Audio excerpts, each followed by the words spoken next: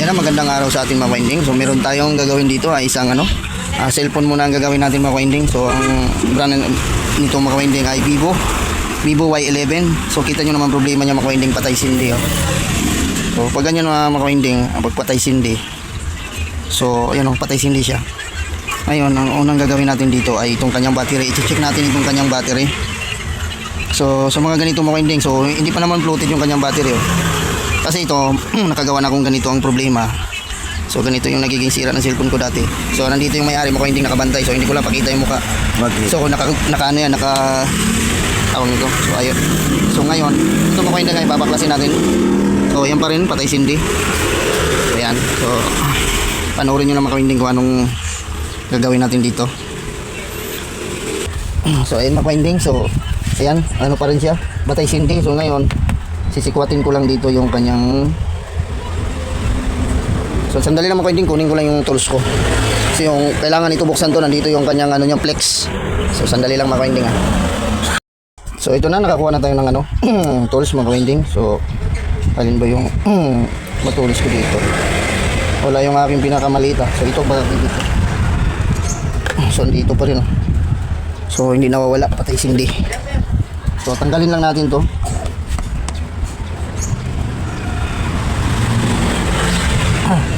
Pagka tayo mo baka tumalsik. Tumalsik na nga isa din. Ha? Lahat yan, bakasin mo yan. Tanggalin mo na yung takip. Hindi, nandito yung mo. Kailangan mayroon pa kung isang Naipit yan. Lahat yan, tanggalin mo na. Tanggalin ko natin itong tapos. May ibabaw lang naman yan. Dito. Dito kasi yung yan. Bro, di ba mayroon kang doon? Yung screw na maliit? Pagkago itong bunggol ito, hindi ko alam kung saan nilagay. Kasi malaki masyado itong aking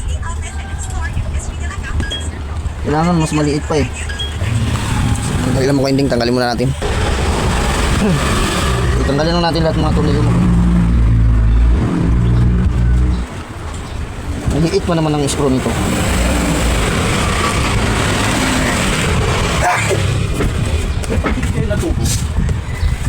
So hindi ko madukot mga winding, malaki masyado yung screw ko. So gamit muna akong pako. Kasi maliit masyado . Kasi yung aking pangtanggal ng cellphone wala. So ayun.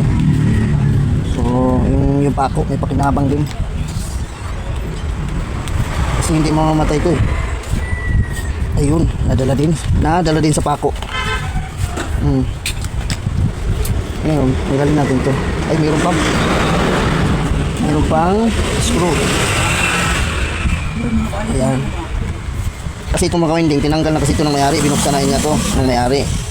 Subukan niya gawin. So ngayon, ito, subukan din natin gawin. So ito yung kanyang flex sa kanyang battery. So ito.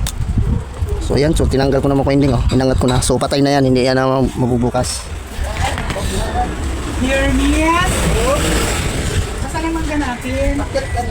So tanggalin muna to, yung para sa So ito na mga winding yung battery natin. So ayun tanggal na natin. Ngayon, ganito kasi mag winding. Ito yung mga sikreto ng mga technician. So ito, pwede kayong bumili ng bago. So ito mga winding, so bubuksan ko tong gilid niya. Ito. Kasi meron tong pinakano niya, may BMS ito, pinaka BMS niya. Ito. Bubuksan natin to. So babalatan natin yan. May sikreto pati itong mga winding. May sikreto ng mga technician itong mga winding . Ayan . So mga ibang nagre-repair ng ganito, alam nila to. Ayan. Kasi yung ganito, kasi yung nasira yung cellphone ko mga winding na katulad na ganitong naging problema sa kanya. So ganito lang ang ginawa ko dyan sa battery. So dandahanin lang natin ang tanggal. So, tanggalin ko lang tong balot sa kanya.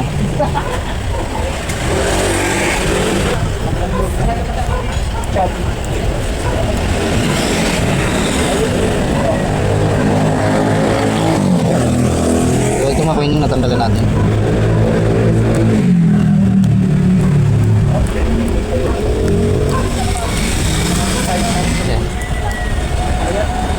Yan. So tinanggal ko na yung balot. So balik na lang natin mamaya. So ito yung mga winding . Ito mga winding, nakikita nyo ito. So itong nakalagay na ito. So ito mga winding, ito ang sikreto ng mga technician dyan. So hindi naman natin nilalahat yung ibang technician. So pwede naman kayong bumili ng bagong battery mga winding kung hindi pa sira. So ngayon ito mga winding, so itry natin tong i-bypass. May bypass din kasi ito mga winding, ito yung sikreto dyan. So ito yung fuse nyan. Ito yung fuse nyan mga winding, so aalisin ko yan. Aalisin natin yan. Tapos saka ikabit natin uli kung siya ay magcha-charge. O rin. Ano ba charger mo? Dala mo charger. Dali mo kunin mo yung charger mo. Okay ba? Tapos ngayon, hindi yung charger mismo. Na ano, yung may ano para ano natin. Sige. Tapos ito mga winding, so tatanggalin muna natin to, hihinangin ko lang. So ngayon, Ito, pwede yata. hindi. O yan, ito sana. Ayan, sa'yo na yan. Hindi, sira na yan eh. Takpan ko lang ito ng masking tape mga winding para hindi ito madikitan ng tingga. Kasi alisin ko yung fuse na yan. Kasi isa yan sa mga dahilan mga winding, yung fuse na yan ang naging problema na hindi magtuloy yung kanyang ano, yung supply papunta dyan. So epektibo yan mga winding dahil matagal ko na ang ano yan ginagawa. Pag ganyan ang sakit ng cellphone, pwedeng ang mangyari sa cellphone ay board, pero kadalasan yan ay sa battery. Pagpatay sindi siya, battery po yan talaga. Pag patay sindi po yung cellphone nyo, battery po talaga yung, ang nagiging sira niyan. So pwede po kayong bumili bago, pero kung alam nyo namang i-repair yung ganito na yung sira niya, kailangan alam nyo po ang pagre-repair. Kasi pag hindi alam yung paggawa nito ay masisira yung tuluyan ng cellphone. So pag hindi nyo po alam, dali nyo na lang sa marunong gumawa mga kawinding. Pag hindi nyo kabisado. So ito mga kawinding, aalisin ko itong fuse. Aalisin ko lang to, fuse ng battery to. So hinangin ko muna. Ayun. Aalisin ko lang yun. Natanggal na natin mga kawinding. So natanggal na natin, di ba? So ligitan ko lang. So ayan o. So ayan mga winding, oh, yan yung fuse niya na yan. So ngayon ang gagawin natin dito mga winding ay bypass na natin yan, lagyan natin ng soldering lead. Soldering lead na nalagay ko dyan mga winding. Hindi ko na nilalagyan ng ano yan, na kapirasong wire. Mismong tingga na ang nilalagay ko dyan. Yung kumbaga, rekta na yan. Oo, kasi yan ang ano yan, naging problema. So mas epektibo to mga winding dahil matagal ko na itong ginawa, kasi meron akong cellphone ganito na ginawa ko na binaypas ko. So hanggang ngayon buhay pa yung aking cellphone, kasi ito lang ginawa ko dyan. So makakatipid kayo dito mga kawinding sa pagpa-repair kung alam nyo itong Basta hindi pa lumubo, no? oh, basta hindi pa siya floated, ayos na ayos po yan. So yan, hinangin lang po natin. Ay kumapit eh. So kailangan maano, so sandali lang.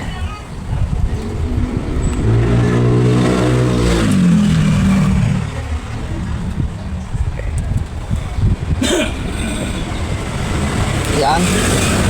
So yan mga winding, napadikit na natin. Ayan o. So napadikit na natin yan.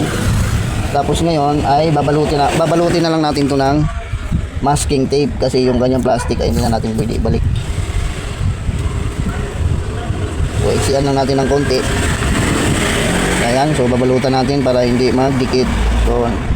So masking tape lang. So ganito yung ano mga winding. Ganito lang yung sikreto ng ibang Akala mo bumili ng bagong pa, hindi. kamaingay. Ito mga winding yung sikreto ng mga technician. So hindi naman natin nilalahat yan. Nakita na po kayo gwapo? Kasi itong ating ano, yung battery, mo? pwedeng ma-repair pa yan. Basta hindi lang po siya floated. Pag floated po kasi yan at lumubo na, hindi na pwede yan. Hindi na po pwede gamitin yan. Tapos tulagyan pa natin ulit ng. So andito yung customer natin mga winding at nakaabang sa kanyang cellphone. Ayan. So ganyan lang mga winding, masking tape lang yan. Okay na yan, solve na yan. So ayan o, okay na. So ikakabit na natin uli para matesting natin.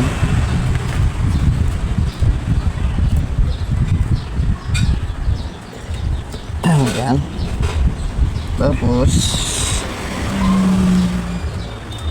kabit ko muna tong ano nya, pinaka power switch.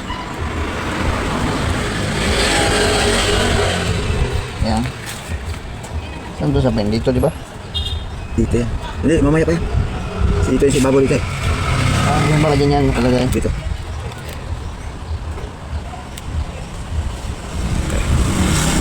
Yun, kabit na natin yung battery niya.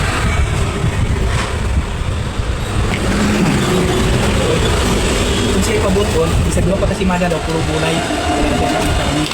Ha? So ito makuinding kabit ko lang to kasi hindi to magagana kasi nandito yung kanyang pinaka connection.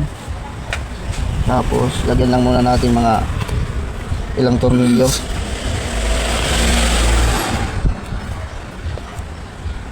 So isuot muna natin to. Yan. So ang ginamit ko lang dito kanina makuinding ay pako. Pako. Ayan. So, lagyan muna natin ng mga... Lagyan na natin lahat. Oh, lagyan na. Lagyan na natin ito lahat mga winding. Tapos, i-fix na natin.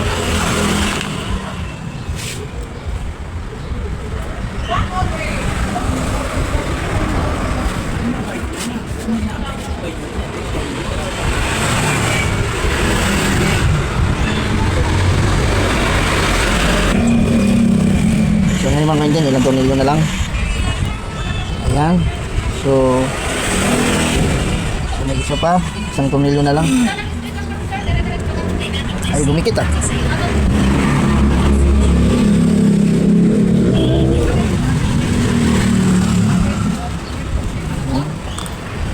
So, yan. Okay na. So, gumagana to ang power on nito. Hindi. Ay, hindi. Kaya papalitan Hindi, ko ganito na lang. Ganito na lang. I-charge muna. Tapos yung charger mo. Okay na. So, ito mga winding. So, testing natin yung kanyang charger. Ayan. So, tingnan natin kung siya mag-charge. Ay, di. I-power on muna natin. Yan. Silog muna yan. Ito, i-power on muna natin mga winding. So, tingnan natin kung siya ay magpa-power at kung magpatay hindi pa ba siya. Iyon oh. Nabuhay na oh. So, tingnan natin kung magtuloy-tuloy siya. So, wait lang natin mga winding. So, ayan oh. Open yan. Tingnan natin kung mag-open. Open na kasi nagaganon eh. Oo. Tingnan natin. Open na yan. Mag-open na yan, sigurado yan. Pag ganyan. So, tingnan natin. Hintayin lang natin. Hintayin muna. Huwag ka masyadong excited. Scatter na ako eh. Excited ka na masyado eh. Tapusin muna natin yung cellphone mo. Kasi mabuhay. Dapat. Dala-dala ako power bank kapag ano. Ay, kasi nagdadala ka ng power bank dahil mamatay. Ano? Hindi ka mo mapubuhay. Hindi mabuhay pag walang power bank. Oo. Ay, yun oh. Kumakawinding oh. 11%. So, ito. Okay na yung kanyang cellphone mga winding. So, nabuhay pa natin. Pindutin natin ulit. Ayun oh. Buhay na buhay. So, tingnan nga natin kung mag-charge. Ayun, nag-charge. Mga winding. Kaso lang, natanggal yung dikit. Kailangan natin matakpan na ito. So, ayun mga winding. Nag-charge na siya. So, 11% na lang to. So, ngayon mga winding ito ay ipo-full charge natin at ikabit na natin yung kanyang accessories. So, patayin ko muna. May password ba to? Wala. Wala. So, Hindi ako naglalagyan ng so hindi ko napakita mga winding at makita nyo yung mayari. Baka hindi kayo makatulog. So, ayun mga winding. Okay na oh. Ayan oh. Gumagana na mga winding. So, ayun mga winding at ibalik na natin. So, pag ganito ang naging trouble ng cellphone nyo mga winding. So, ganun lang po ang gagawin nyo. Aalisin nyo lang yung fuse ng battery. So, yung mga winding ay kakabit na natin to. So, ikabit ko muna. So, patayin muna natin. So, patayin ko muna mga winding ha. Ayan. So, ganun lang mga winding. So, yung ating fuse lang. Direkta nyo lang yung mga winding pag ganun yung patay sindi yung battery nyo. Maangat ah. Wala ng pandikit. So, bahala na siya dito.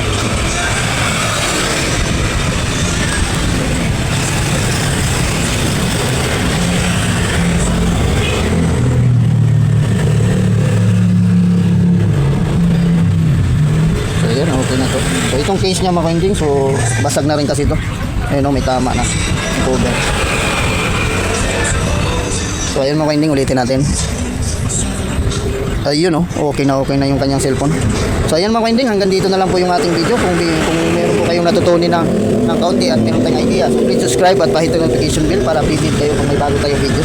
So ayun mga winding at bye bye na po. So okay na to yung kanyang cellphone. So tuwa na yung may-ari. So nagawa pa natin ng paraan at hindi mo na siya bibili ng bagong battery. So ibig sabihin, hindi pa sira yung kanyang battery dahil hindi pa naman floated mga ka-winding. So ganun lang mga winding, tanggalin nyo lang yung fuse. So i-direct nyo na.